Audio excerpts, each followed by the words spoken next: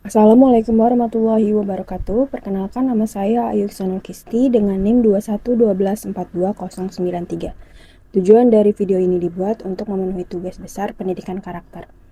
Tema yang saya akan bawakan adalah kurangnya rasa tanggung jawab dalam kelompok belajar. Pembahasan pada video ini meliputi latar belakang, tujuan analisis, deskripsi kasus, analisis teori, faktor penyebab munculnya krisis karakter, solusi mengatasi krisis karakter, refleksi pribadi, dan kesimpulan. Latar belakang. Pendidikan tinggi tujuannya bukan hanya memberikan pengetahuan, tetapi juga membentuk karakter mahasiswa agar menjadi jujur, bertanggung jawab, dan mampu bekerja sama. Cara belajar yang sering kali digunakan di universitas yaitu metode belajar kelompok. Dengan belajar kelompok, mahasiswa diharapkan bisa belajar bekerja sama, membagi tugas, dan membantu satu sama lain untuk mencapai tujuan belajar bersama. Namun kenyataannya seringkali tidak sesuai. Dalam praktiknya, masalah ketidakseimbangan tugas seringkali terjadi. Hanya satu orang yang membawa tanggung jawab kelompok, sedangkan anggota lainnya hanya menerima hasil tanpa ikut menanggung tugas bersama. Sifat individu yang terlalu egois dan tidak peduli dengan orang lain menjadi akar masalah, sehingga mempengaruhi manfaat dari pembelajaran kolaboratif. Rendahnya rasa tanggung jawab terhadap kelompok menunjukkan kurangnya nilai-nilai kejujuran, keadilan, dan empati di dalam diri mahasiswa. Hal ini berdampak jangka panjang. Orang yang selalu bergantung kepada orang lain tidak akan mendapatkan pengalaman belajar yang nyata dan kehilangan kesempatan untuk mengasah kompetensi yang dibutuhkan. Sementara itu, orang yang selalu menanggung beban kelompok akan merasa lelah secara fisik dan mental, bahkan kehilangan kepercayaan terhadap kerjasama. Kurangnya rasa tanggung jawab dalam kegiatan belajar kelompok perlu diberi perhatian serius sebagai bagian dari pendidikan karakter dalam perguruan tinggi. Tujuan yang pertama, untuk menganalisis dan mengidentifikasi faktor-faktor penyebab munculnya krisis karakter tidak bertanggung jawab dalam kegiatan belajar kelompok. Yang kedua, untuk memahami dampak dari kurangnya rasa tanggung jawab dalam individu. Yang ketiga, untuk merumuskan solusi serta strategi yang efektif untuk meningkatkan tanggung jawab dalam individu terhadap kelompoknya. Studi kasus yang saya ambil dalam pembahasan hari ini berdasarkan pengalaman pribadi saya sendiri, di mana saya seringkali menanggung tanggung jawab kelompok dan anggota lainnya hanya menerima hasil tanpa ikut serta dalam menanggung tugas bersama. Beban yang seharusnya ditanggung bersama justru malah anggota lain mengabaikan. Saya yang selalu mengingatkan deadline kapan pembagian tugas secara merata, tapi pada akhirnya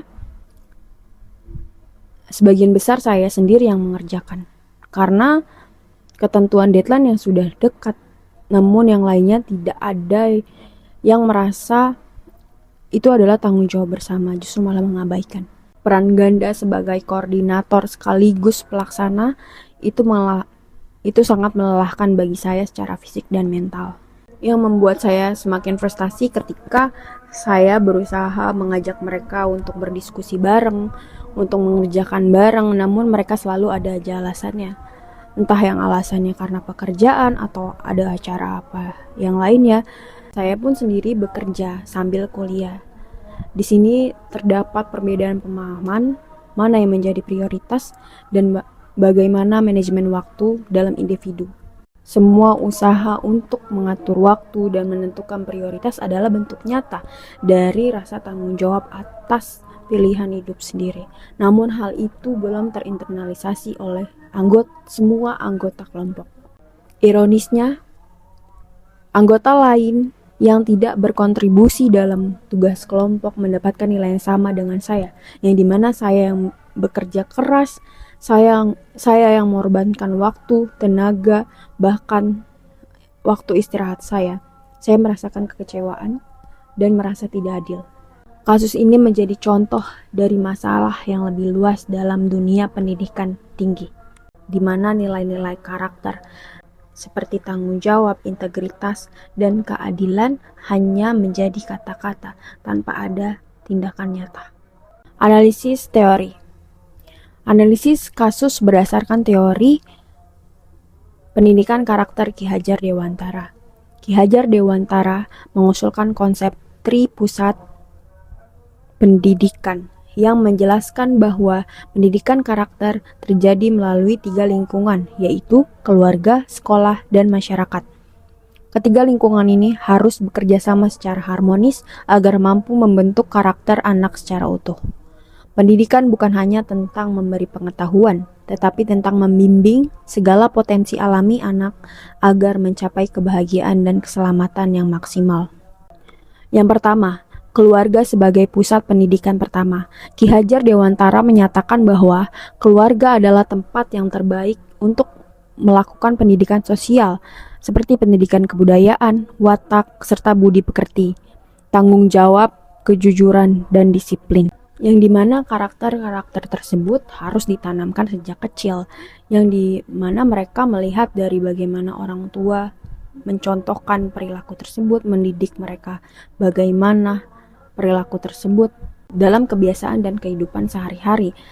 Kasus kurangnya tanggung jawab dalam kegiatan belajar kelompok ini menunjukkan kegagalan dalam proses pendidikan karakter di lingkungan keluarga. Mahasiswa yang tidak bertanggung jawab kemungkinan besar tumbuh dalam lingkungan di mana orang tua tidak memperlihatkan contoh yang baik mengenai tanggung jawab atau konsekuensi dari ketidakbertanggungjawaban tidak ditegakkan secara konsisten. Yang kedua, sekolah sebagai pusat pendidikan kedua. Ki Hajar Dewantara mengembangkan sistem emong dengan semboyan ing rasa sung tulada ing madya mangun karsa tuturi handayani. Di depan memberi teladan, di tengah membangun semangat, di belakang memberi dorongan. Dalam realitas pendidikan tinggi saat ini, sistem kolaborasi seringkali tidak terwujud. Sistem penilaian kelompok yang tidak membedakan kontribusi individu memungkinkan mahasiswa tidak bertanggung jawab untuk bersembunyi tanpa konsekuensi. Tidak adanya evaluasi karakter secara sistematis menyebabkan pendidikan karakter hanya menjadi slogan tanpa implementasi nyata. Yang ketiga, masyarakat sebagai pusat pendidikan ketiga. Ki Hajar Dewantara menekankan bahwa masyarakat memiliki peran penting dalam memperkuat atau melemahkan nilai-nilai yang ditanamkan di keluarga dan sekolah. Sayangnya, masyarakat modern sering memperkuat budaya yang kontraproduktif terhadap pembentukan karakter tanggung jawab. Budaya instant gratification, individualistik yang mengutamakan kepentingan pribadi, serta lemahnya sanksi sosial terhadap perilaku tidak bertanggung jawab. Mahasiswa yang kuliah sambil bekerja memiliki kebebasan mengatur prioritas. Namun, kebebasan itu harus disertai rasa tanggung jawab terhadap kewajiban akademik dan sosial. Ketika seseorang hanya menuntut kebebasan tanpa memikul tanggung jawab, maka berlangsung ketidakseimbangan yang merugikan. Faktor-faktor penyebab. Yang pertama, faktor internal individu. Ketiadaan kesadaran diri. Mahasiswa yang tidak bertanggung jawab seringkali tidak menyadari atau tidak ingin mengakui bahwa tindakannya merugikan orang lain. Yang kedua, faktor kebiasaan. Menormalisasi perilaku remeh. Kebiasaan memandang sesuatu hal biasa sangat berpengaruh. Banyak mahasiswa sudah terbiasa lolos dari tanggung jawab tanpa ada konsekuensi. Normalisasi dimulai dari hal-hal kecil seperti datang terlambat, tidak membaca materi, atau tidak merespon pesan grup. Terus yang ketiga, faktor keluarga. Pola asuh yang problematik. Keluarga yang hanya fokus pada pencapaian tanpa memperhatikan nilai karakter akan melahirkan anak yang lebih menghargai hasil daripada proses dan integritas. Perilaku orang tua menjadi contoh yang sangat berpengaruh dalam pembentukan karakter anak. Jika orang tua menunjukkan sikap tidak bertanggung jawab, anak cenderung menganggap hal itu sebagai hal biasa. Yang keempat, faktor institusi pendidikan. Sistem tidak mendukung akuntabilitas. Sistem penilaian kelompok yang tidak memperhatikan kontribusi individu memungkinkan anggota mengambil keuntungan tanpa bekerja. Kurangnya mekanisme evaluasi proses menyebabkan tindakan tidak bertanggung jawab tidak terdeteksi. Tidak adanya forum untuk melaporkan ketidakadilan membuat individu yang dirugikan merasa tidak mampu menyelesaikan masalah. Yang kelima, faktor lingkungan dan masyarakat. Validasi sosial. Tekanan dari teman sebaya bisa memperkuat tindakan negatif. Berperilaku tidak berkontribusi dalam kelompok pertemanan dianggap biasa. Solusi. Yang pertama, membangun kesadaran diri tentang tanggung jawab. Langkah pertama dan paling penting adalah individu harus memiliki pemahaman tentang tanggung jawabnya sendiri. Kesadaran diri merupakan fondasi untuk perubahan perilaku. Tanpa menyadari bahwa sikap tidak bertanggung jawab bisa merugikan diri sendiri dan orang lain. Yang kedua, mengembangkan kemampuan manajemen waktu dan prioritas. Individu harus mampu mengatur waktu dan menentukan mana yang lebih penting. Mahasiswa perlu keterampilan manajemen waktu dengan cara yang pertama, membuat jadwal harian dan mingguan, terus membedakan antara urusan mendesak dan penting, terus juga mengalokasikan waktu khusus untuk tugas kelompok dan menempatkannya dalam prioritas yang sama seperti tugas lainnya. Terus juga menghindari menunda tugas atau pekerjaan.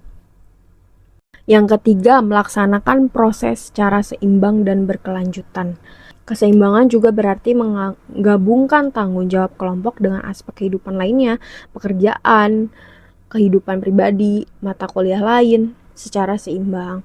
Bukan dengan mengorbankan satu aspek sepenuhnya untuk aspek lain, tetapi mencari titik keseimbangan yang memungkinkan semua kewajiban terpenuhi. Terus yang keempat, menempatkan kepentingan bersama di atas ego pribadi. Individu perlu memiliki kesadaran untuk menjaga tanggung jawab terhadap kelompok belajarnya. Kelompok belajar tidak hanya mementingkan satu individu, tetapi bersama-sama. Kelompok belajar adalah miniatur dari kehidupan sosial di masyarakat dan dunia kerja. Kemampuan bekerja sama, berkompromi, dan menempatkan kepentingan kolektif di atas ego pribadi adalah keterampilan penting yang selalu dibutuhkan dalam kehidupan. Sikap yang perlu dikembangkan antara lain, yang pertama, empati. Memahami bahwa anggota lain juga sibuk dan menghadapi tantangan tetapi tetap berusaha memenuhi tanggung jawab. Terus yang kedua, keadilan.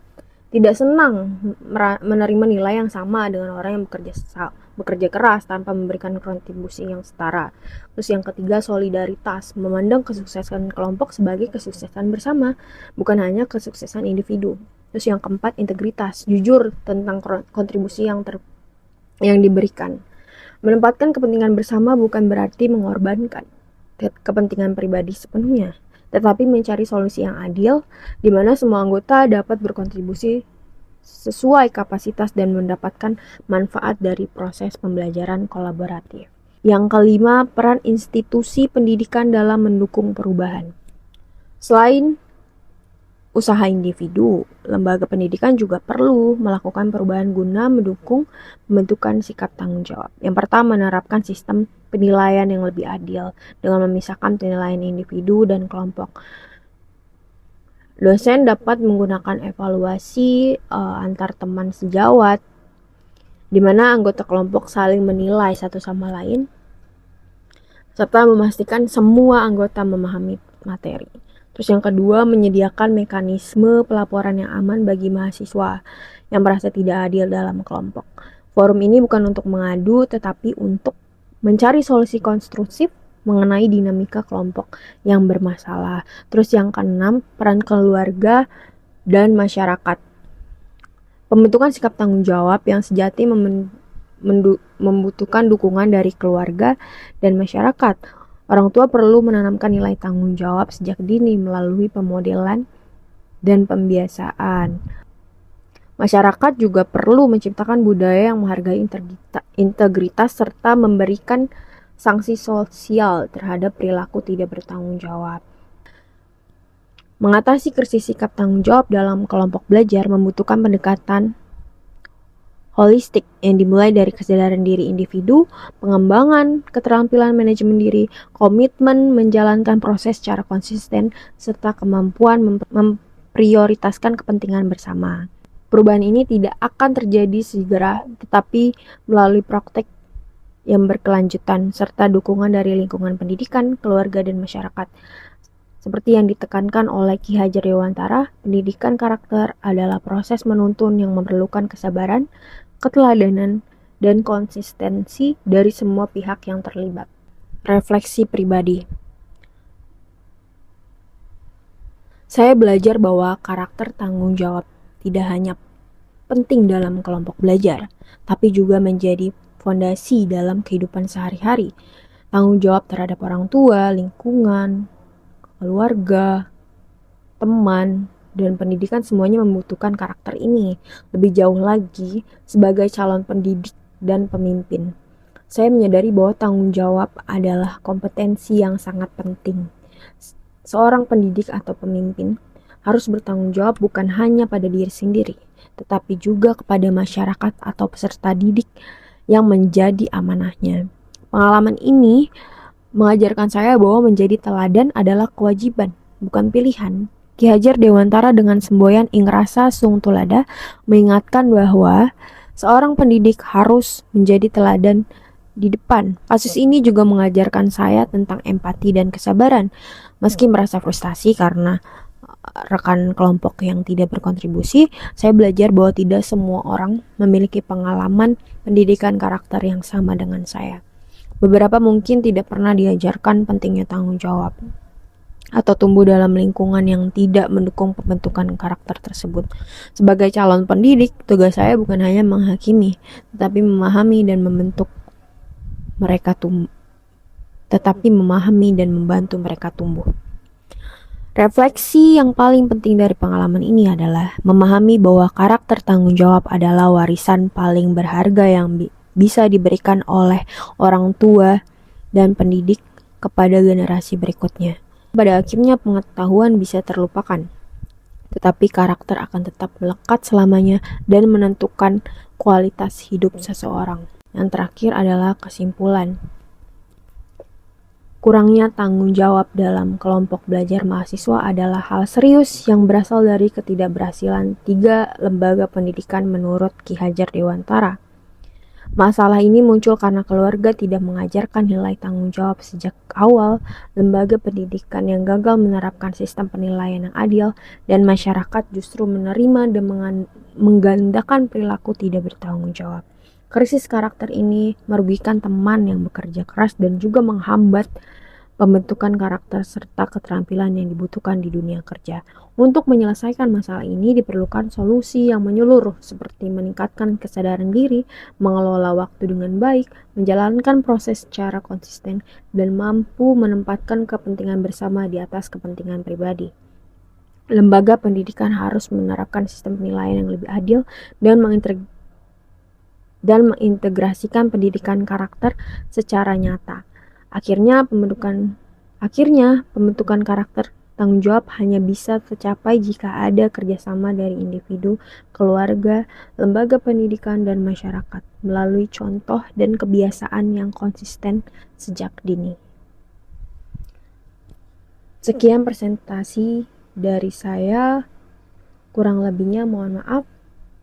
Wassalamualaikum warahmatullahi wabarakatuh.